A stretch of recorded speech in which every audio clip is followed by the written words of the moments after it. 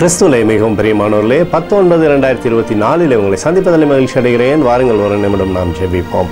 அன்பு தகப்பனே, இன்றைக்கு என்னுடைய பாதுகாப்புக்காய் ஜெபிக்கும்படி என் தேவனுடைய சமூகத்தில் வருகிறேன். என் தேவனுடைய நன்மையும் கிருபையும் விடுதலையும் ஆசீர்வாதம் என்னுடைய வாழ்க்கையில் இருக்கும்படியாக ஜெபிக்கிறேன். எல்லா பொல்லாப்பு நாச மோசம் விலைக்கு நீங்கள் பாதுகாத்துக் கொள்ளுங்க.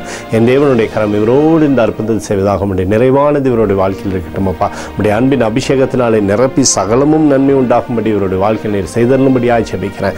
இயேசு கிறிஸ்து சிந்தின பரிசுத்த ரத்தத்தை இவர் மீதும் ஒரு குடும்பத்தின் மீதும் செய்கிற சகல காரியத்தின் மீது பூசுகிறேன். ஆகவே இந்த நாள் முழுவதும் மகிமையின் ஆசீர்வாதம் இவரோடு இருப்பதாக.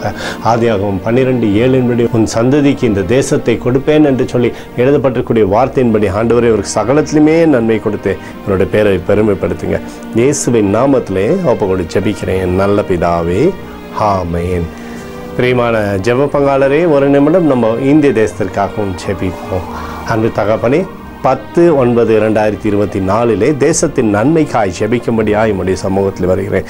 தேசத்தில் என் தேவனுடைய கிருபை உண்டாகும்படி நீர் செய்தருளும்படி ஜெபிக்கிறபடி தெய்வீக பிரசனம் தேசத்திலிருந்து அப்பா செயல்படுவதாக. வியாதிகளோ துன்பங்களோ துயரங்களோ தேசத்தில் வராதபடி நீர் வேலி அடித்துக் கொள்ளும்படியாக ஜெபிக்கிறேன். எங்களுக்காக அடித்து நொறுக்கப்பட்டிருக்கூடிய இயேசு கிறிஸ்துவ ஒரு சிந்தனை வெளியேறப்பட்ட ரத்தத்தை வைத்து ஒப்புக் கொடுக்கிறோம். அத்தோடு இந்திய தேசத்தில் எழுப்புதலை தரும்படியாக ஜெபிக்கிறேன்.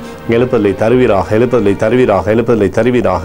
எழுப்புதலை எங்கள் கண்கள் பார்க்கும்படி நீர் ஆசீர்வதிக்கும்படி ஜெபிக்கிறேன். நேற்றும் இன்றும் என்று மாறாதவராகிய இயேசுவின் நாமத்திலே ஒப்புக்கொண்டு ஜெபிக்கிறேன் நல்ல பிதாவே, ஆமென்.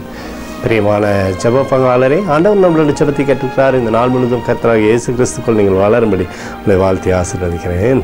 ஆமென்.